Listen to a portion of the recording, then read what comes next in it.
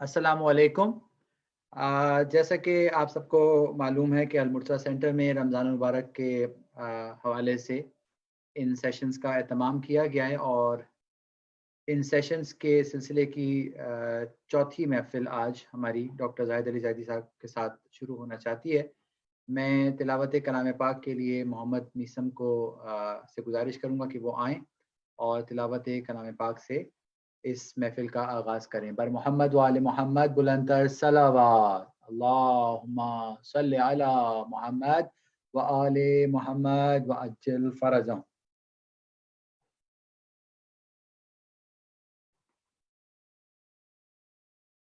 اعوذ باللہ من الشیطان الرجیم،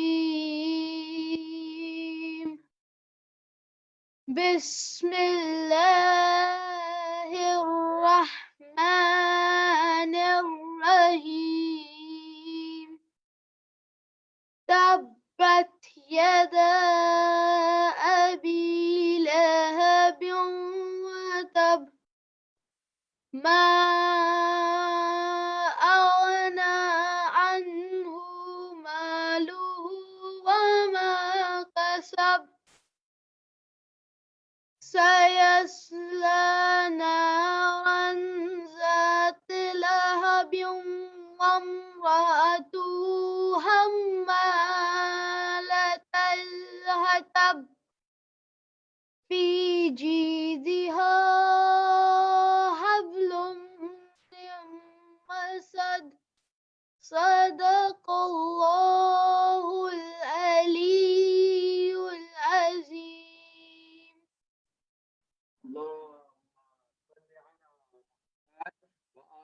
محمد وعجل فرجہم۔ ماشاءاللہ۔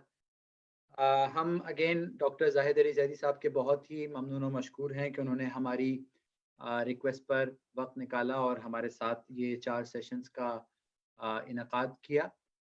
آج اس جیسے میں نے کہا سلسلے کا آخری سیشن ہے ڈاکٹر صاحب کے ساتھ، تو میں ڈاکٹر صاحب سے ملتمس ہوں کہ وہ اس سیشن کا آغاز کریں۔ بر محمد و آل محمد بلندر صلوات، اللہم صلی علی محمد و آل محمد و عجل فرجہ۔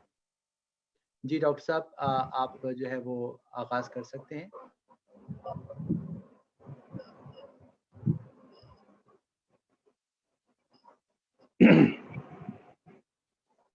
برائے خوشنودی امام زمانہ بلندر صلوات، اللہم صلی علی محمد و آل محمد و عجل فرجہ۔ لا حول ولا قوة الا باللہ العلی العظیم۔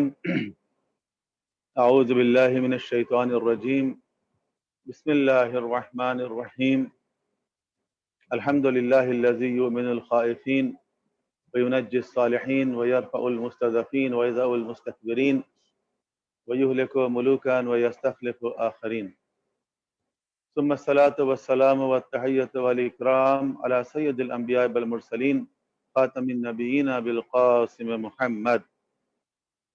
اللہم صلی علی محمد و آل محمد و عجل فرجہ۔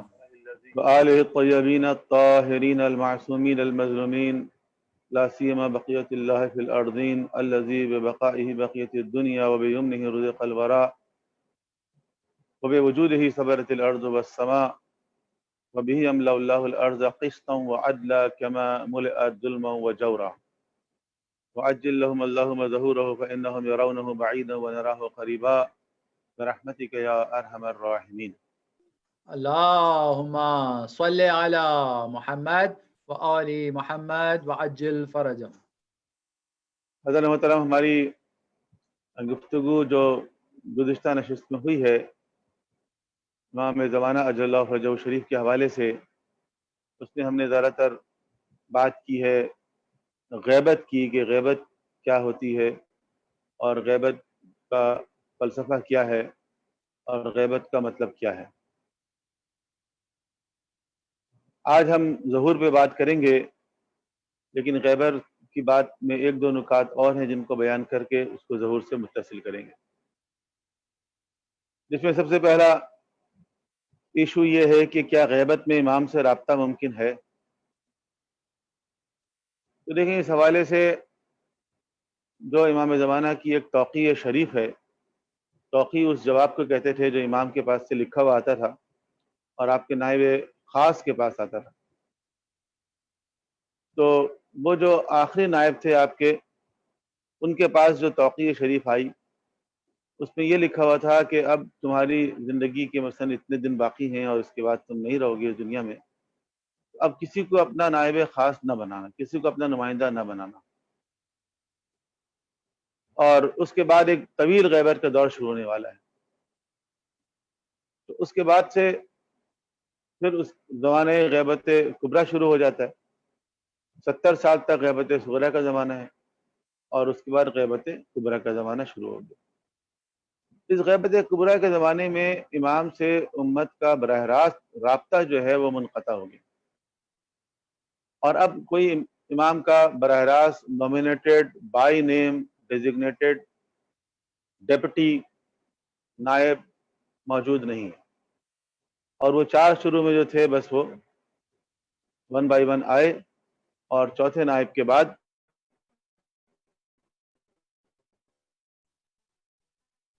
اب جو ہے وہ دنیا، اب جو نائبین عام کا تصور ہے، اب ہمارا موضوع نہیں ہے اس وقت وہ کہ نائبین عام کا تصور کیا ہے، کیونکہ امام زمانہ کے حوالے سے تو بہت سارے ایشوز ہیں، بہت سارے سوالات ہیں، اگر سب پہ بات کریں تو بہت سی نشستیں چاہیے. لیکن وہ نائبین عام کا جو تصور ہے وہ اصل میں بائی نیم ڈیزگنیٹڈ نہیں ہے، بلکہ بائی کوالٹیز ڈیزگنیٹڈ ہیں، یعنی ان کو کچھ صفات اور خصوصیات کی بنا پر امام کی نمائندگی حاصل. لیکن امام کا براہ راست ان سے بھی رابطہ نہیں ہے، امام کا رابطہ کسی مجتہد سے بھی نہیں ان جنرل. اور جو آخری امام کی طرف سے توقیع شریف آئی تھی اس میں یہ بات بھی لکھ دی گئی تھی کہ اب اگر کوئی مشاہدے کا دعویٰ کرے تو وہ کذاب اور مفتر ہوگا، یعنی وہ جھوٹا ہوگا، اس کی بات کو نہ تسلیم کیا جائے. اگر کوئی مشاہدے کا دعویٰ کرے، کوئی یہ کہے کہ میری امام سے ملاقات ہوتی رہتی ہے، اور مفتر ہوگا یعنی جھوٹی بات منسوب کرنے والا ہوگا. اس طرح امام نے خود ہی راستہ بند کر دیا ایسے لوگوں کا جو یہ دعویٰ کریں، یہ کلیم کریں کہ میری امام سے ملاقات ہوتی رہتی.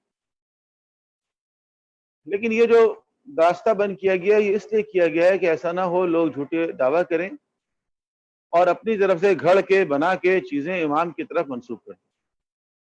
کیونکہ وہ جو 4 نائبین خاص تھے وہ امام کے بہت قابل اعتماد لوگوں میں سے تھے. تو اب امام نے یہ راستہ بند کر دیا کہ کوئی شخص یہ کہے کہ میں امام کا نمائندہ ہوں اور میرا امام سے مثلا رابطہ ہوتا رہتا ہے، اور میں نے امام سے بات کر لی، مثلا آج کل حالات ذرا سخت ہیں، مشکلات ہیں، اس لیے چلو کوئی بات نہیں، روزے نہیں بھی رکھو تو کوئی مسئلہ نہیں ہے، خمس نہیں بھی دو تو چل جائے گا.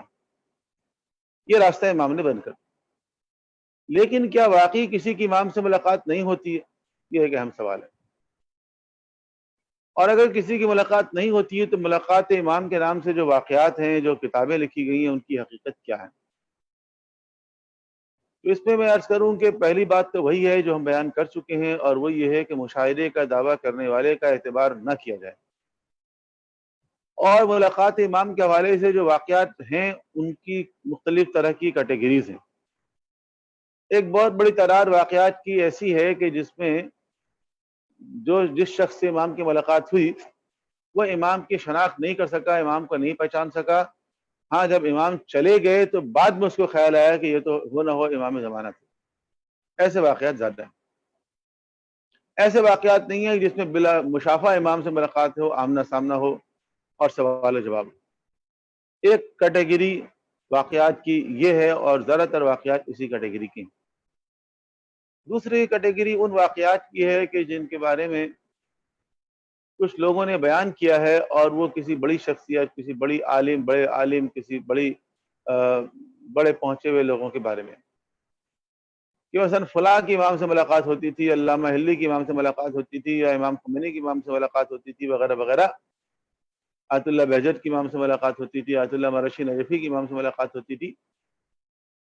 ان بزرگوں نے اپنی کسی کتاب میں نہیں لکھا کہ میری امام سے ملاقات ہوئی. یا شہید اول نے اپنی کتاب امام کو پیش کی،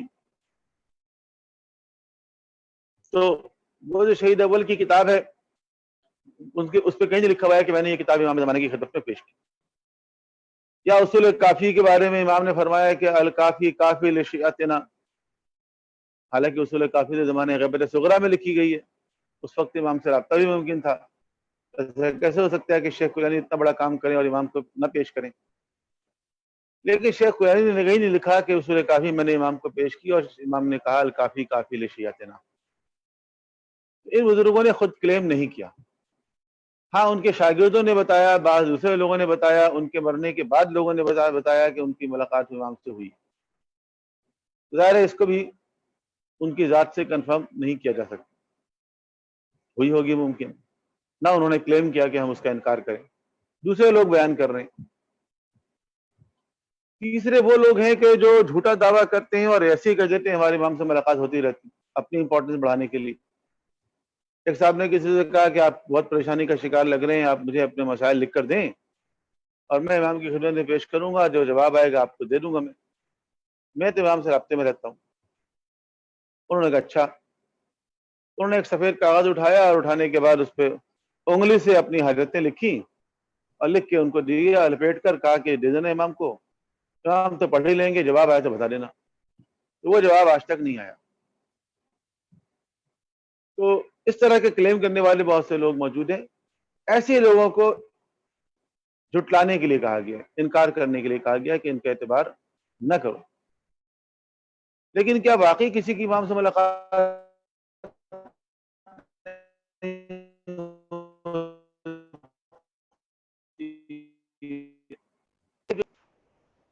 ضروری نہیں ہے کہ وہ بہت بڑے عالم دین ہو. ممکن ہے ایک بہت بڑا عالم دین ہو اور اس کی امام سے ملاقات نہ ہوتی، یہ کوئی کرائٹیریا نہیں ہے. اور ممکن ہے کہ ایک عام آدمی ہو اور وہ معرفت کے اس مقام پر ہو کہ اس کی امام سے ملاقات ہوتی ہے. بعض واقعات، اب وقت نہیں ہے کہ ہم ان واقعات کو بیان کریں، لیکن بعض واقعات ایسے ہیں کہ جن میں امام نے مثلا کسی سے کہا کہ لوگوں کو جمع کرو، اور خاص طور پر کہا کہ فلاں کو ضرور بلانا. اچھا وہ آدمی جو ہے وہ ایک عام سا آدمی تھا، وہ کوئی مزدور ہے، وہ کوئی قصائی ہے، وہ کوئی دکاندار ہے، کوئی اس طرح کی چیزیں. تو امام نے اس کو کہا اس کو ضرور بلانا.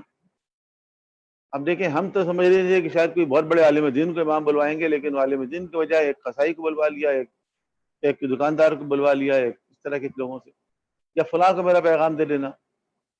تو ہو سکتا ہے کوئی شخص جو ظاہر بظاہر ہمارے سامنے لگ رہا ہو کہ عام سا آدمی ہے اور اس کا کوئی ایسا ریلیجیس اسٹیٹس نہیں ہے، اور وہ واقعی معرفت کے اس مقام پر ہو کہ اس کی امام سے ملاقات ہوتی ہو.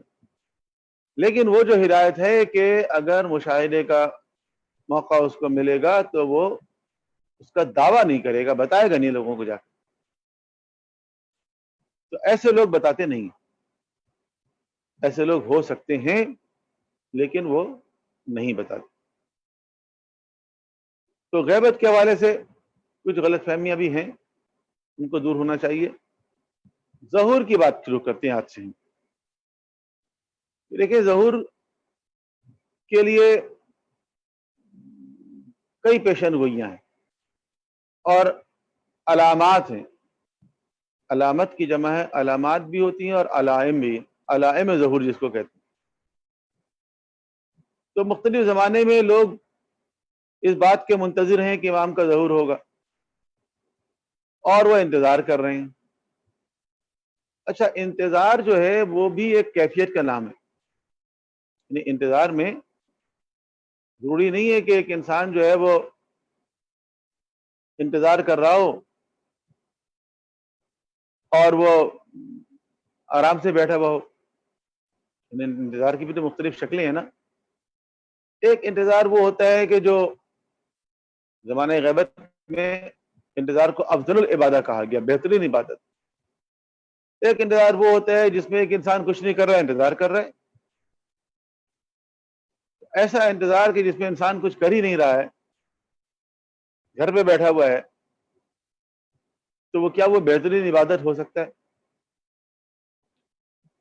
ایک انتظار وہ ہوتا ہے کہ جو مایوسی والا انتظار ہوتا ہے، جیسے ایک مریض ہے، اس کو ڈاکٹر نے کہہ دیا ہے کہ اب آپ زیادہ عرصے زندہ نہیں رہیں گے، اور وہ انتظار کر رہا ہے، جیسے جیسے دن گزر رہا ہے ویسے ویسے اس کی مایوسی بڑھ رہی ہے۔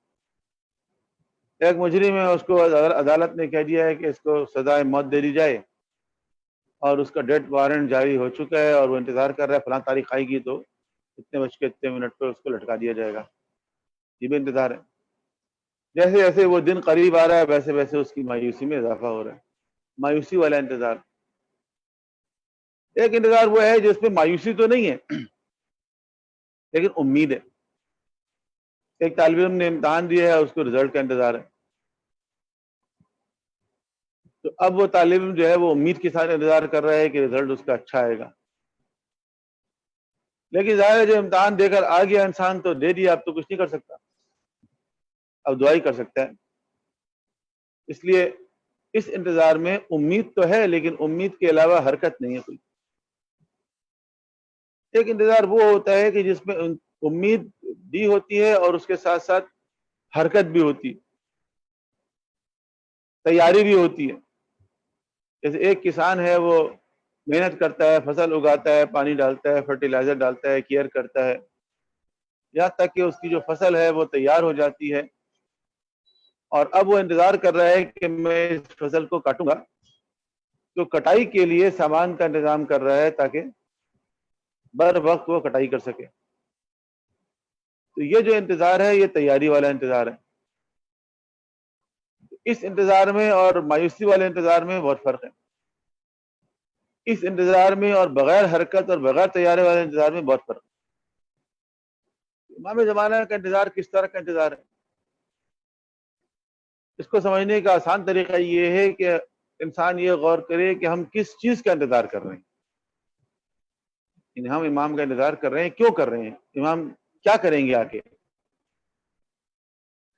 یہ بات واضح ہے، اور جو فریکوینٹلی جملہ روایات کے اندر آیا ہے شیعہ اور سنی کتابوں میں، جس کا ایک ٹکڑا میں نے اپنے خطبے میں بھی بیان کیا ہے، یملأ اللہ الارض قسطا وعدلا کما ملئت ظلما وجورا، کہ وہ اس روئے زمین کو عدل و انصاف سے اس طرح پر کر دیں گے جس طرح کہ وہ ظلم و جور سے بھری ہوئی ہوگی۔ یعنی زمین ظلم و جور سے بھرتی جا رہی ہے، بھرتی جا رہی ہے، امام آئیں گے اس کو عدل و انصاف سے بھر دیں گے۔ تو گویا ہم اصل میں جو انتظار کر رہے ہیں وہ ایک عادلانہ نظام کا انتظار کر رہے ہیں۔ ہم جو انتظار کر رہے ہیں وہ اس ظالمانہ نظام کے خاتمے کا انتظار کر رہے ہیں۔ ایک عادلانہ نظام کے قیام اور ظالمانہ نظام کا خاتمہ ایک خواب ہے انسانیت کا، جو ہر دور میں ظلم و ستم کی چکی میں پسنے والی انسانیت کر رہی ہے، اور ہر دور کے انسانوں کا انتظار ہے کہ کاش اس دنیا میں ایک ایسا عادلانہ نظام قائم ہو جائے کہ جس میں مخلوق خدا کو سکون میسر آئے، عدل و انصاف کا دور دورہ ہو۔ اب تک ایسا نہیں ہوا، اگر ہوا بھی ہے تو کسی مخصوص خطۂ زمین پر ہوا ہے، پوری دنیا میں نہیں ہوا۔ اب ہم وہ لوگ ہیں جو کہتے ہیں کہ ہم اس کی تیاری کر رہے ہیں۔ ایک عالمی انقلاب کی تیاری، ایک پوری دنیا میں یہ انقلاب آئے گا، صرف ایک خطۂ زمین پہ نہیں آئے گا۔ ہمارے پڑوس میں ایران میں انقلاب آیا جو ایک خطۂ زمین میں آیا، جہاں ایک ایسا حکمران تھا جو بڑی طاقتوں کا غلام تھا، یعنی وہ خود استعمار طاغوتی طاقت نہیں تھا کوئی، بلکہ ایک طاغوتی طاقت کا غلام تھا، ایجنٹ تھا۔ اس کو ہٹانے کے لیے، اس سے ان کی سرزمین کو پاک کرنے کے لیے اتنی زحمت اٹھانی پڑی، اتنی قربانیاں دینی پڑی کہ آپ کسی بھی شہر میں چلے جائیں تو وہاں آپ کو ایک جو ہے وہ بڑے بڑے قبرستان نظر آئیں گے کہ جہاں پہ شہداء کی قبریں ہیں۔ تہران میں تو بہت بڑا قبرستان ہے بہشت زہرا، اور وہاں قبروں میں تصویر لگانے کا بھی فیشن ہے۔ تو آپ دیکھیں ان تصویروں میں کیسے کیسے جوان ہیں کہ جن کی جانیں قربان ہوئیں انقلاب لانے میں اور بعد میں اس انقلاب کو بچانے میں، 8 سالہ جنگ میں، اور اس کے بعد بھی مسلسل ظاہر ہے قربانیاں دے رہے ہیں وہ۔ تو ایک خطۂ زمین میں ایک عادلانہ نظام کے نفاذ کے لیے، ایک خطۂ زمین سے ظالمانہ نظام کے خاتمے کے لیے، ایک طاغوتی طاقت کے ایک ایجنٹ کو نکال باہر کرنے کے لیے اتنی قربانی دینی پڑی، اور عوام کی بھی قربانی اور علماء کی قربانی 500 تو صرف شہید محراب ہیں جن کو محراب میں شہید کیا گیا. کتنے بڑے بڑے علماء، آیت اللہ دستغیب، آیت اللہ مدنی، استاد مطہری، بہشتی، کہ جو خود اپنی ذات میں ایک بہت بڑی شخصیت ہے. اور ہم جس انقلاب کی بات کر رہے ہیں وہ عالمی انقلاب ہوگا، پوری دنیا میں ہوگا، اور شیطانی طاغوتی طاقتوں سے براہ راست مقابلہ ہوگا، فائنل بیٹل ہوگا. تو کیا اتنی آسانی سے ہو جائے گا وہ؟ یا کسی معجزے کے ذریعے ہو جائے گا کہ امام تشریف لائیں گے اور ایک ایسی ہوا چلے گی، سارے ظالم جابر فاسق فاجر پھر نار ہو جائیں گے، نیست و نابود ہو جائیں گے، عادلانہ نظام قائم ہو جائے گا اور ہم ڈپٹی کمشنر لگ جائیں گے جا کے؟ تو ایسا نہیں ہوگا. اگر معجزے کے ذریعے خدا کو یہ کام کرنا ہوتا تو کسی بھی دور میں کر دیتا. پیغمبر اکرم کے زمانے میں کر دیتا، مولا علی کے زمانے میں کر دیتا، امام حسین کے زمانے میں کر دیتا. لیکن یہ جو نظام ہے یہ پوری ایک بحث ہے، ایک موضوع ہے جو آج کا موضوع نہیں ہے ہمارا، کہ اصل میں الہی نظام کا نفاذ کن مراحل کے تحت ہوتا ہے. اس میں جو بنیادی بات ہے وہ ہے لِيَقُومَ النَّاسُ بِالْقِسْطِ، جس کو قرآن کہتا ہے کہ لوگ عدل و انصاف کے لیے اٹھ کھڑے ہوں. جب تک کہ لوگ اٹھ کھڑے نہیں ہوں گے، جب تک کہ لوگ تعاون نہیں کریں گے، جب تک کہ لوگ الہی نمائندے کا ساتھ نہیں دیں گے، اس وقت تک یہ کام نہیں ہوگا. اور پچھلی نشست کا اختتام میں نے اسی پہ کیا تھا کہ یہ جو انبیاء علیہ السلام آئے اور لوگوں نے ان کا ساتھ نہیں دیا، یہ جو ائمہ طاہرین 1 سے لے کے 11 تک شہید کر دیے گئے، امت نے ساتھ نہیں دیا. اسی لیے خدا نے 12ویں حجت کو غیبت میں بھیج دیا. اب یہ اس وقت تشریف لائیں گے جب امت ان کا ساتھ دینے کے لیے آمادہ اور تیار ہوگی. تو صرف یہ نہیں ہے کہ امام کب تشریف لا رہے ہیں یہ ہم پوچھ رہے ہیں، بلکہ یہ دیکھنا ہوگا کہ اس کے لیے ہم کتنے آمادہ اور تیار ہیں، کیونکہ ہم ایک عادلانہ نظام، ایک عالمی نظام کا انتظار کر رہے ہیں. تو جب امام تشریف لائیں گے جب یہ کام شروع نہیں ہوگا، بلکہ یہ کام اس سے پہلے شروع ہوگا. ہر کام جو ایک ایونٹ ہوتا ہے اس کے لیے پہلے سے تیاری ہوتی، گراؤنڈ بریکنگ جس کو کہتے ہیں، زمینیں ہموار کرنا، راہیں ہموار کرنا. ایک آج کا اگر یہ لیکچر ہے تو یہ لیکچر یوں ہی نہیں ہو گیا. یہ نہیں ہے کہ لیکچر ہمارے پاکستان کے وقت کے مطابق 1 بجے شروع ہونا تھا تو سارے کام 1 بجے ہوں گے.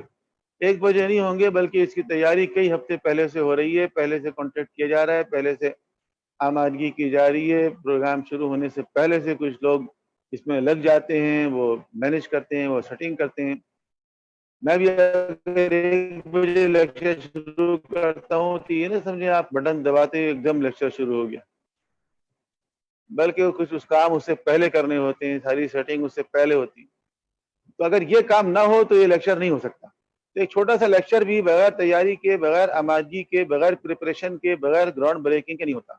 ہم جس انقلاب کی بات کر رہے ہیں، ہم پوری دنیا میں ایک عادلانہ نظام کے نفاذ کی بات کر رہے ہیں. یہ کام پلک جھپکتے میں ہو جائے گا، یا اس کا آغاز ہم اس وقت کریں گے جب امام تشریف لے آئیں گے. یہ بڑی غلط فہمی ہے، اور شاید یہی وجہ ہے کہ امام تشریف نہیں لا رہے، کیونکہ ہم نے وہ تیاری کی نہیں. بغیر تیاری کی یہ کام نہیں ہو.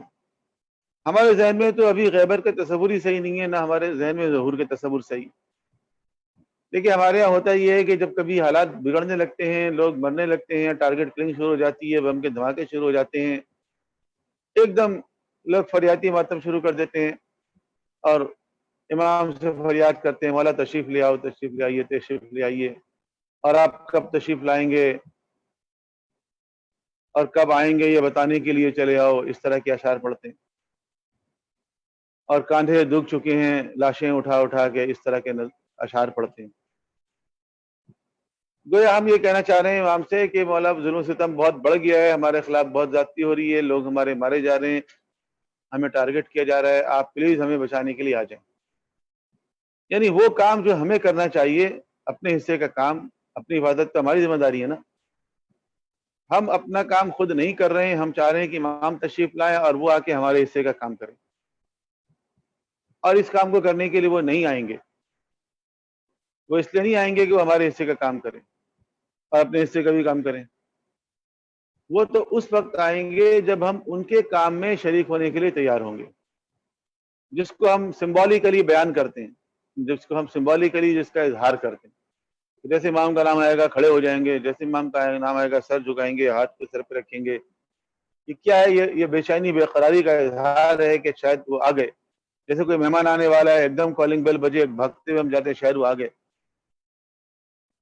تو اس چیز کا اظہار ہے کہ کھڑے ہو کے ایک قدم آگے بڑھا کے سر کو جھکا کے ہاتھ کو سر پہ رکھ کے کہ اگر ان کی اس تحریک میں میرے سر کی ضرورت ہے تو یہ بھی حاضر ہے. تو یہ سمبولیکلی ہے، یہ علامتی. یا جو بات ہم زبان سے کہتے ہیں کہ وَجَعَلْنَا مِنَ الْمُسْتَشْهَدِينَ بَيْنَ يَدَيْكَ، کہ ہمیں ان کے ساتھ شہید ہونے والوں میں سے قرار دے. تو جب تک کہ اس کے لیے ہم تیار نہیں ہوں گے کہ کیا ہم اس بات کے لیے تیار ہیں کہ اس عادلانہ نظام کے قیام کے لیے ہماری جان چلی جائے، ہمارا مال چلا جائے، ہمارا گھر لٹ جائے، ہماری اولاد قربان ہو جائے، ہمارا کاروبار تباہ ہو جائے. ایک نشست میں کچھ لوگ بیٹھے ہوئے تھے بزنس کمیونٹی کے، تو میں نے ان سے کہا کہ دیکھیں امام علیہ السلام جب تشریف لائیں گے جو حالات بتائے گئے ہیں روایتوں میں، تو اندازہ ہوتا ہے کہ بڑا ٹرموائل کا زمانہ ہوگا، حالات بڑے خراب ہوں گے. اور ایسے میں میرا خیال ہے کہ اسٹاک مارکیٹ تو کریش کر جائے گی. اب جن لوگوں کا کاروبار اسٹاک ایکسچینج سے وابستہ ہے وہ اپنے دل پہ ہاتھ رکھ کے سوچیں کہ کیا امام علیہ السلام کا ظہور اتنا اہم ہے کہ ان کا کاروبار بے شک تباہ ہو جائے لیکن وہ عادلانہ نظام نافذ ہو جائے. اگر ان کے دل سے یہ آواز آتی ہے کہ ہاں امام علیہ السلام کا ظہور اتنا اہم ہے، وہ عادلانہ معاشرے کا قیام اتنا اہم ہے کہ بے شک میرا کاروبار تباہ ہو جائے لیکن امام کا ظہور ہو جائے، تو پھر آپ زبان سے کہیں الاجل الساعہ الان، ورنہ نہ کہیں، ورنہ آپ کو اندازہ ہی نہیں ہے کیا ہونے والا ہے. تو اس کے لیے ہم کتنا تیار ہیں؟ تو بنیادی بات یہ ہے کہ ہمارے کانسیپٹ کلیئر نہیں، ہمارے ذہن میں اس انقلاب کا خد و خال کلیئر نہیں، ہمارے ذہن میں ظہور اور غیبت کا کانسیپٹ کلیئر نہیں. ہم ابھی یہ نہیں سمجھتے کہ امام کا ظہور مثلا کب ہو سکتا ہے. میں نے ایک جگہ سوال کیا کہ اچھا یہ بتائیے امام کا ظہور جمعے کے دن ہوگا جیسا کہ بہت سی روایتوں کے اندر آیا ہے، تو اس بات کا کتنا امکان ہے کہ اب جو جمعہ آ رہا ہے اس میں امام تشریف لے آئیں گے؟ سناٹا. اچھا اگلے جمعے، اس کے اگلے جمعے، اچھا اگلے مہینے، اس کے اگلے مہینے، اچھا 6 مہینے تک امام کا ظہور ہو سکتا ہے. اس بات کا کتنا امکان ہے؟ کتنا پرسنٹ چانس دینے کو تیار ہیں آپ؟ 90%، 60%، 50%، 40%، 10%، 1%؟ کسی نے کہا اصل میں تو دیکھیں ابھی امام کے ظہور کی جو علامتیں ہیں وہ پوری نہیں ہوئی ہیں، یہ علامتیں ظاہری نہیں ہوئی ہیں. میں نے کہا مثلا کون سی علامت ظاہر نہیں ہوئی ہے؟ کسی نے کہا پہلے تو دجال آئے گا پھر امام آئیں گے. یعنی کہ اس کا مطلب یہ کہ دجال ابھی تک نہیں آیا. میں نے کہا نہیں، ابھی تک بظاہر نہیں آیا. میں نے کہا پھر ایسا کرتے ہیں کہ دجال کے ظہور کے لیے دعا کرتے ہیں کہ بارے اللہ دجال کو جلدی بھیج دے، تاکہ ایک مرحلہ طے ہو نا کہ پہلے دجال آئے گا پھر امام آئیں گے. تو ہم امام کو کہہ رہے ہیں مولا الاجل الساعہ الان، جلدی آ جائیے، ابھی آ جائیے، فوراً آ جائیے، اسی گھڑی آ جائیے، جلدی کیجئے. یا خدا سے دعا کریں بارے اللہ تاجیل فرما ان کے ظہور میں. امام کہیں گے پہلے تو یہ کم وقت دجال جائے گا پھر جاؤں گا نا میں. تو اگر ایسا ہے تو آپ کیوں الاجل کہتے ہیں، الساعہ کہتے ہیں، الان کہتے ہیں؟ نہیں کہیں نا، کہ دجال کے لیے کہیں کہ بارے اللہ دجال کو جلدی بھیج دیں. تو اس کا مطلب یہ ہے کہ کچھ گڑبڑ ہے ہمارے کانسیپٹ میں. تو دیکھیں وہ گڑبڑ یہی ہے کہ ہم سمجھتے ہیں کہ دجال سے مراد کوئی خاص مخلوق ہے جو خداوند عالم انسانوں کا آزمائش کے لیے بھیجے گا. اور دجال کی روایتیں ویسے بھی برادران اہل سنت کے یہاں زیادہ ہیں، اور ہمارے یہاں جو آئی ہے وہیں سے آئی ہے زیادہ تر، کچھ ہمارے یہاں بھی ہیں. تو دجال تو اپنے لفظ سے ظاہر ہے کہ دجل سے نکلا ہے، جس کا مطلب دھوکہ. وہ تو دھوکہ دینے والا ہوگا. انسانیت ظلم و ستم کی چکی میں پس رہی ہوگی، انسانیت بھوک سے بلبلا رہی ہوگی، اور دجال ہاتھ میں روٹی لے کر آئے گا اور وہ کہے گا کہ مجھے خدا کہو تو میں روٹی دے دوں گا. ایک ہاتھ میں جنت اور ایک ہاتھ میں جہنم لے کر آئے گا اور کہے گا اگر مجھے خدا نہیں مانو گے میں جہنم میں ڈال دوں گا، اور مان لو گے جنت میں ڈال دوں گا. انسانیت مشکلات کا شکار ہوگی، انسانیت پریشانی کا شکار ہوگی، انسانیت بھوک کا شکار ہوگی، مثلا آج کے دور میں وبا کا شکار ہے. اب آپ بتائیں آج اگر کوئی ویکسین لے کے آ جائے کہ یہ کورونا کا ویکسین دریافت ہو گیا، لوگ کیسے ٹوٹیں گے اس کی طرف؟ کہیں گے نا انسانیت کا سب سے بڑا ہمدرد تو یہی انسان ہے کہ جو کورونا کا ویکسین لے کر آیا ہے، چاہے وہ دجال ہو، چاہے وہ کہے کہ مجھے خدا کہو. ضروری نہیں ہے کہ زبان سے ہے مجھے خدا کہو. اگر کوئی یہ کہتا ہے مجھے سپر پاور تسلیم کرو، تو سپر پاور تو اللہ ہے. صبح شام تو ہم یہ کہہ رہے ہیں اللہ اکبر، اللہ از دا گریٹسٹ، اور پھر دنیا کی بہت ساری قوتوں کا ہم سمجھتے ہیں کہ یہ ہے گریٹسٹ. تو یہ دجال ہی تو ہے جو دھوکہ دے رہے ہیں، جو روٹی لے کر آ رہے ہیں اور کہہ رہے ہیں کہ ہمیں تسلیم کر لو ورنہ ہم پابندیاں لگوا دیں گے، جنگ مسلط کر دیں گے، اندرونی خلفشار میں مبتلا کر دیں گے، خدا تسلیم کر لو گے تو امداد بحال کر دیں گے، قرضے معاف کروا دیں گے، سود میں چھوٹ دے دیں گے، کامن ویلتھ کی ممبرشپ بحال کروا دیں گے. یہ سب آفر ہے نا. ہم سمجھ رہے ہیں کوئی خاص مخلوق آئے گی آسمان سے اتر کے، ایسی مخلوق کو خدا پیدا کرے گا تاکہ وہ انسانیت کو دھوکہ دے. تو دیکھیں ہماری کئی غلط فہمی ہیں. انہی غلط فہمیوں کی بنا پر جو امام کے ظہور اور غیبت سے متعلق جو کانسیپٹ ہے وہ کلیئر نہیں ہمارے بچوں کے ذہنوں میں، ہمارے نوجوانوں کے ذہنوں میں. یہی وجہ ہے کہ وہ بہت اچھے امام کے منتظر نہیں بن پا رہے ہیں. ان کے دل سے وہ آواز نہیں نکل پا رہی ہے کہ امام تشریف لے آئیں. اور اس پہ ایک چیز تو یہ ظہور کی علامتیں بھی ہیں.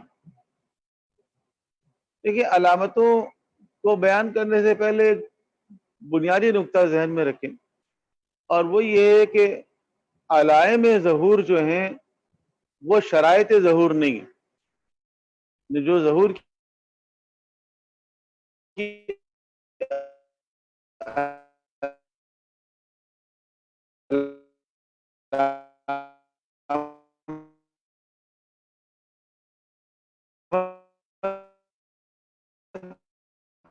ہیں وہ ہم منتظر ہیں جن کا انتظار کیا جا رہا ہے، اور ہم لوگ منتظر ہیں جو امام کا انتظار کر رہے ہیں. لیکن امام خود بھی منتظر ہیں. کس چیز کے منتظر ہیں؟ حکم خدا کے منتظر ہیں. اس دن خدا کے منتظر ہیں کہ جس دن خدا ان کو حکم دے گا کہ آپ اپنے آپ کو ظاہر فرمائیے، امام ظاہر ہو جائیں گے. یہ بات ہم کر چکے ہیں پچھلی نشست میں کہ امام کی غیبت کا مطلب صرف یہ ہے کہ وہ موجود ہیں اسی دنیا میں، لیکن لوگ ان کو پہچانتے نہیں ہیں. بس وہ خانہ کعبہ سے جا کے اعلان کریں گے، کہیں گے کہ میں ہوں وہ جس کا تم انتظار کر رہے تھے. اعلان ہو جائے گا. تو اس اعلان کی ضرورت ہے فقط. اور اعلان کب ہوگا؟ جب ہوگا جب خداوند عالم کا اذن ہوگا، اجازت ہوگی. اور خدا کا اذن کب ہوگا؟ خدا کا اذن اس وقت ہوگا جب خداوند عالم یہ دیکھ لے گا کہ ہاں انسانیت ان کی نصرت کے لیے تیار ہو چکی. خدا کے علم میں تو ہر چیز ہے نا کہ کتنی تیاری ہو چکی ہے ہماری. بہت سے لوگ کہہ رہے تھے پچھلے دنوں کہ آپ دیکھیں کورونا وائرس کے سبب پوری انسانیت جو ہے وہ لاک ڈاؤن ہے، اور خانہ کعبہ میں بھی خالی ہے، سناٹا ہے، اور ساری فوجی بھی سرحدوں پر ہیں، اور بڑی بڑی طاقتیں بھی اس وقت کورونا وائرس سے مقابلہ کرنے میں لگی ہوئی ہیں. اتنا اچھا موقع ہے، امام اس وقت تشریف لے آئیں اور خانہ کعبہ پہ آتے ہی امام کا قبضہ ہو جائے گا. تو میں نے کہا یہ بات تو ٹھیک ہے، لیکن مسئلہ یہ ہے کہ امام تو جب آئیں گے جب 313 بھی تیار ہوں گے. تو کیا وہ 313 تیار ہو گئے کہ جیسے امام اعلان کریں گے پوری دنیا سے وہ 313 فوراً پہنچ جائیں گے؟ تو کیا وہ بھی تیار ہوئے ہیں؟ تو اگر وہ تیار ہوں گے تو امام تشریف لائیں گے نا. امام خانہ کعبہ کے خالی ہونے کا انتظار نہیں کر رہے ہیں. اصل تو امام انصار اعوان کا انتظار کر رہے ہیں کہ انصار اعوان پورے ہوتے ہیں تو خدا کا حکم ہوگا اور امام اپنے آپ کو ظاہر فرما دیں گے. تو گڑبڑ کہاں ہے؟ گڑبڑ ہماری طرف سے کہ تیاری ہماری نہیں ہوئی اصل میں. اور ہم علامتوں کے چکر میں ہیں کہ علامتیں کتنی پوری ہوئی اور کتنی نہیں ہوئی. علامتوں کو بھی بعض لوگ جو ہیں وہ جنتریوں میں تلاش کرتے ہیں کہ اس سال جنتریوں میں جو پیشن گوئیاں آئی ہیں اس کے اندر دیکھو بھائی کون کون سی علامتیں پوری ہوئی. تو دیکھیں علامتوں کی روایتیں بہت زیادہ ہیں, کئی سو ہیں, اور ان کی کلاسیفیکیشن کی گئی ہے, علماء نے کی ہے. کچھ علامتیں وہ ہیں کہ جن کی روایتیں جھوٹی ہیں, گھڑی ہوئی ہیں, جعلی ہیں, اور یہ جعلی روایتیں شیعوں نے بھی گھڑی ہیں اور سنیوں سے مراد ظالم حکمرانوں نے بھی گھڑی ہے. اچھا شیعوں نے کیوں گھڑی؟ شیعوں نے اس لیے گھڑی کہ بہت سے تاریخ میں ایسے لوگ گزرے ہیں کہ جنہوں نے قیام کیا ظالم حکمرانوں کے خلاف. وہ شیعہ تھے, وہ سادات بھی تھے, بعض علوی بھی تھے, بنو امیہ کے زمانے میں, بنو عباس کے زمانے میں, اور انہوں نے امام مہدی کے نام سے قیام کیا. نفس الزکیہ جو تھے, جو حسن مثنیٰ کے پوتے تھے, عبداللہ محض جن کا نام تھا, تو انہوں نے امام مہدی کے نام سے قیام کیا. امام جعفر صادق علیہ السلام نے منع بھی کیا کہ آپ امام مہدی نہیں ہیں. ان کے والد سے کہا کہ آپ اپنے بیٹے کو سمجھائیں یہ وہ مہدی نہیں ہے, لیکن پھر بھی وہ باز نہیں آئے. انہوں نے قیام کیا اور امام نے پیشن گوئی کر دی تھی کہ یہ قتل کر دیا جائے گا, اور وہ قتل ہو گئے. تو ایسے کئی لوگ گزرے ہیں تاریخ میں کہ جو مہدی کے نام سے قیام کرتے تھے, اور وہ لوگ اپنے سپورٹ میں بہت ساری حدیثیں بھی گھڑ لیا کرتے تھے تاکہ لوگ ان کا ساتھ دیں. اچھا اسی قسم کے قیام سے تنگ آ کے بعض ظالم حکمران بھی حدیثیں گھڑ لیا کرتے تھے, اور وہ ان کے اندر ایسی علامتیں بیان کرتے تھے کہ جو کبھی پوری ہونے والی نہیں ہیں,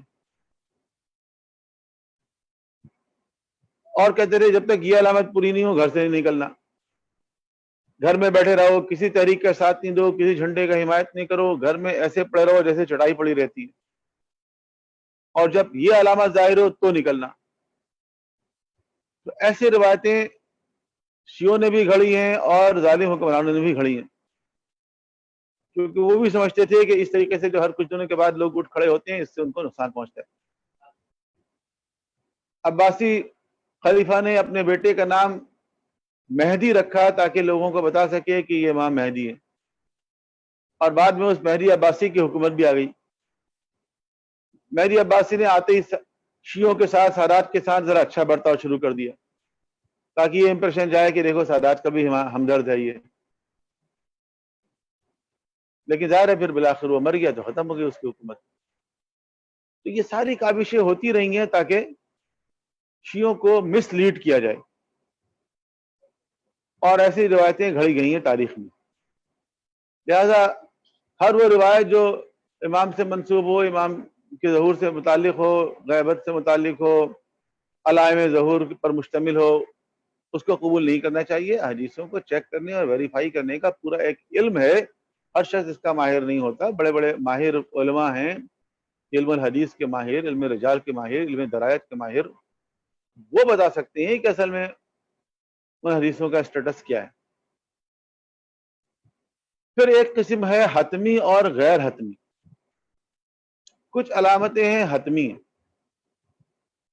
حتمی علامتوں کے بارے میں محققین کہتے ہیں کہ یہ وہ علامتیں ہیں جو آخری 6 مہینے میں ظاہر ہوں گی, اور وہ بہت لمیٹڈ ہیں. جیسے آسمان سے ایک آواز کا بلند ہونا ماہ رمضان میں اور پھر ماہ محرم میں,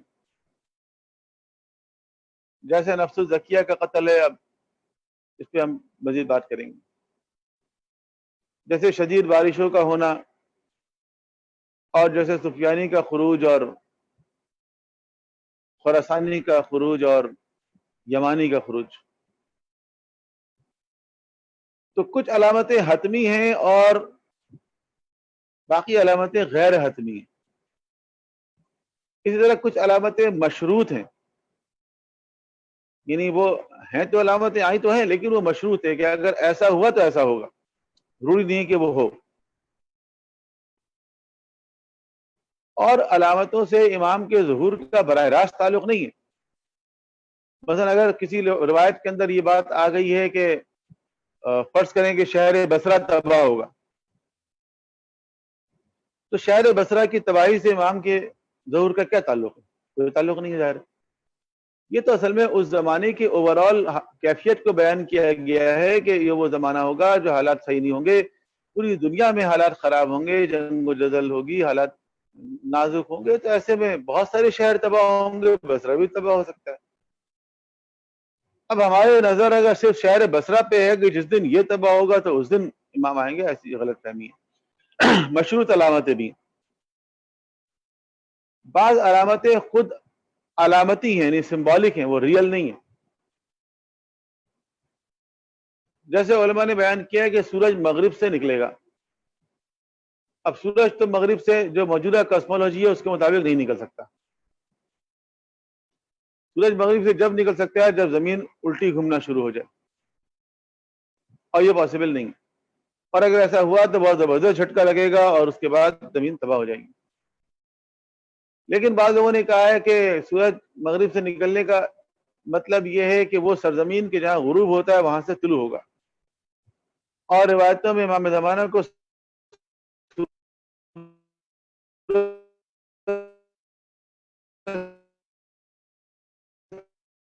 تشبیہ دی گئی ہے، لہذا اس سے مطلب یہ بھی ہو سکتا ہے، خود آیت اللہ ناصر قائم حجازی نے بھی اپنی کتاب میں اس طرح غروب کیا گیا جس سرزمین آپ ظاہر ہوں گے. ایک انٹرپریٹیشن یہ بھی. دجال کے بارے میں نے بیان کیا کہ دجال کوئی شخص نہیں ہے، دجال کوئی خدا کے خاص مخلوق نہیں ہوگی، بلکہ دھوکہ دینے کے لیے آخری زمانے میں ایسی قوتیں ہوں گی اور وہ ہمارے سامنے کہ کس طرح وہ انسانیت کو دھوکہ دے رہی ہیں. لہذا ہم اگر کسی ایسے دجال کا انتظار کر رہے ہیں جو آسمان سے آئے، غلط فہمی. تو علامتیں جو ہیں وہ تو کیا امام اسی ہفتے ہو جائے؟ بالکل ممکن ہے، کیونکہ اگر یہ ممکن نہ ہوتا تو کیوں کثرت کے ساتھ دعاؤں کے اندر، زیارتوں کے اندر یہ جملے آتے الاجل الساعہ الان. امام کے دور میں کوئی چیز رکاوٹ نہیں. 313 تیار ہوئے یا نہیں ہوئے؟ تو دیکھیں 313 یا باقی دنیا کے اور لوگ، کیونکہ 313 کے ساتھ تو انقلاب نہیں آ سکتا نا پوری دنیا میں. 313 وہ ہوں گے جو سب سے پہلے امام کی نصرت کے لیے پہنچیں گے. یہ خاص لوگ ہوں گے، ان کے بارے میں یہ بھی ملتا ہے کہ اپنے گھر سے ایک قدم باہر نکالیں گے، اگلے قدم میں امام کی خدمت میں حاضر ہوں گے.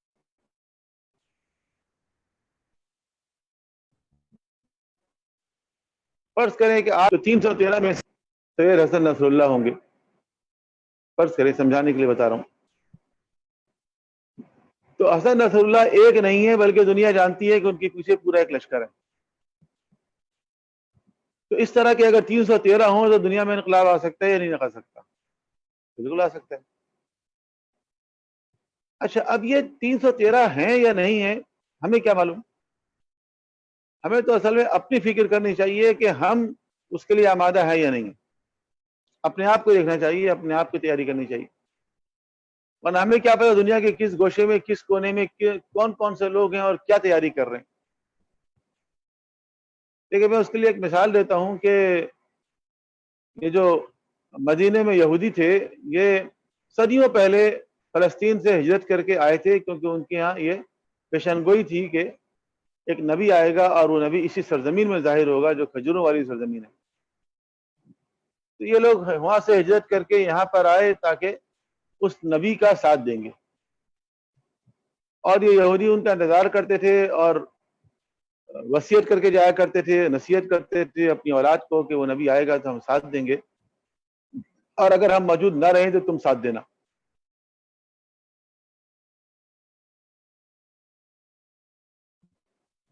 لیکن جب پیغمبر اکرم تشریف لائے تو یہودی ان کے سخت مخالف ہو گئے، اور بہت کم یہودی کر رہے تھے وہ تو ساتھ نہیں دے سکے. لیکن اس سے کئی ہزار کلومیٹر دور ایران کی آتش کدے میں لکڑیاں جھونکنے والا سلمان فارسی جو آتش پرست تھا اس کو دیکھ کے کوئی کہہ سکتا تھا کہ یہ وہ شخص ہے جو اس نبی کا ساتھ دے گا؟ اور وہ وہاں سے نکل کے جاتے ہیں، کبھی یہودیوں کے چنگل میں پھنس جاتے ہیں، کبھی عیسائیوں کے ہاتھ میں لگ جاتے ہیں، کبھی غلام بنا کے بھیج دیے جاتے ہیں، کرتے کرتے زندگی گزارتے گزارتے بڑھاپے میں گھاٹ گھاٹ کا پانی پی کے سلمان فارسی اس بارگاہ میں باریاب ہوتے ہیں، اور اس کے بعد مسلمان ہوتے ہیں، اور اتنے مخلص ہو جاتے ہیں، اتنے مخلص ہو جاتے ہیں کہ اللہ کے رسول خود فرماتے ہیں السلمان و منا اہل البیت، کہ سلمان ہم اہل بیت میں سے ہیں۔ تو کسی کے وہم و گمان میں یہ بات تھی کہ یہ شخص جو ہے یہ اس کا ساتھ دے گا اس نبی کا، اور وہ جو منتظرین ہیں، وہ جو انتظار کرنے والے ہیں، وہ جو پیشن گوئیاں کرنے والے ہیں، وہ جو وصیتیں کرنے والے ہیں، وہ اس کے بٹر اینیمی بن جائیں گے اور جنگ خیبر میں مقابلے پہ آ جائیں گے۔ تو دیکھیں اس میں عبرتیں ہیں۔ امیر المومنین نے فرمایا نا کہ عبرتیں تو بہت ہیں لیکن عبرت لینے والے بہت کم ہیں۔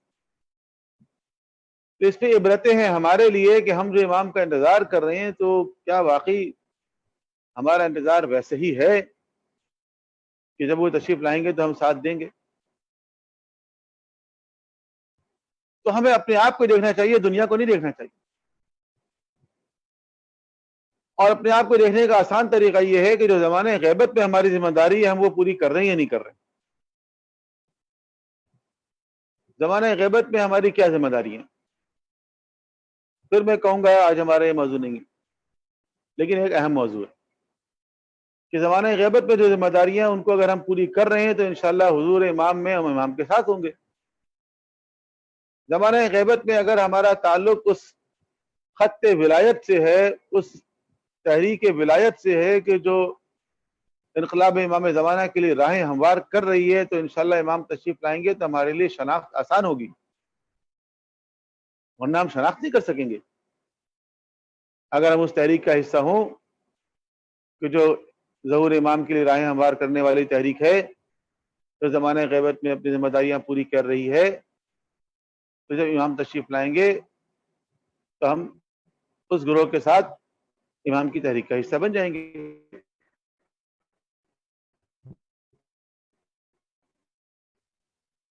پوری نہیں کر رہے ہیں تو جب امام تشریف لائیں گے، یہ تو پہلے سے کرنے والا کام ہے۔ تو دنیا تیار ہے، اور یہ بات بھی عرض کر دوں میں کہ امام کا ساتھ دینے والے روایتوں کے اندر ہے کہ سورج کی پوجا کرنے والے، چاند کی پرستش کرنے والے، حیوانات اور درخت کی پرستش کرنے والے بھی ہوں گے۔ یعنی جب امام تشریف لائیں گے تو وہ تمام لوگ دنیا کے جو مختلف مذاہب سے تعلق رکھتے ہوں گے، کیونکہ ہر مذہب میں کچھ نہ کچھ اس طرح کا مواد موجود ہے کہ آخر زمانے میں ایک نجات دہندہ آئے گا، یہ سب لوگ اس نجات دہندہ کا انتظار کر رہے ہیں۔ اور جب امام تشریف لائیں گے اور امام معجزہ دکھائیں گے، کیونکہ امامت کی تصدیق کے لیے تو معجزہ دکھایا جاتا ہے، ہاں معجزے کے ذریعے تبدیلی نہیں آئے گی، تبدیلی تو جہاد کے ذریعے آئے گی، کوششوں کے ذریعے آئے گی، قربانی کے ذریعے آئے گی، لیکن امامت کو ثابت کرنے کے لیے، نبوت کو ثابت کرنے کے لیے معجزہ دکھایا جاتا ہے۔ تو امام جب وہ معجزہ دکھائیں گے تو دنیا کے وہ سارے انسان جو کسی بھی مذہب سے تعلق رکھتے ہوں گے، ان کے اندر اگر حق کو قبول کرنے کی صلاحیت ہوگی تو وہ امام کی طرف آ جائیں گے۔ اب وہ لوگ بچ جائیں گے جو ڈھیٹ ہوں گے، جو ہٹ دھرم ہوں گے، جو متعصب ہوں گے، یا جو ظالم اور ان کا ساتھ دینے والے ہوں گے، اور یہ فائنل بیٹل جو ہے وہ ظالم اور مظلوم کے درمیان ہوگی۔ اب آپ دیکھیے کہ دنیا میں اس وقت جو انسانیت مشکلات کا شکار ہے، تو عام انسان، مسلمان کی بات نہیں ہو رہی ہے، شیعوں کی بات نہیں ہو رہی، ایک عام انسان جو ہے اس کے اندر مظلوموں سے کتنی ہمدردی ہے۔ عراق میں امریکہ نے حملہ کیا، پوری دنیا میں عراق کی حمایت میں مظاہرے ہوئے۔ یہ کون لوگ تھے؟ صرف مسلمان نہیں تھے، مسلمان بھی تھے، شیعہ بھی تھے، لیکن دوسرے لوگ جن کا مذہب کچھ اور ہے، جن کی شناخت کچھ اور ہے، بعض اوقات بے دین لوگ ہیں، بعض اوقات وہ ڈرم بجاتے ہوئے، فیس پینٹنگ کرتے ہوئے روڈ پہ نکل آئے۔ ان کو کیا ہمدردی تھی عراق سے، عراق کے عوام سے؟ کیا ان کی کیا لڑائی تھی امریکہ سے؟ نہیں، یہ وہ لوگ ہیں کہ جو اصل میں مظلوموں کے حامی ہیں۔ جو مظلوموں کے حامی ہیں ان کے سامنے جب حق واضح ہو جائے گا تو یہ سب لوگ امام کے ساتھ ہوں گے۔ آج بھی ایسے لوگ ہیں آج بھی مغربی ملکوں سے ایسے کئی لوگ ہیں. ایک لڑکی جو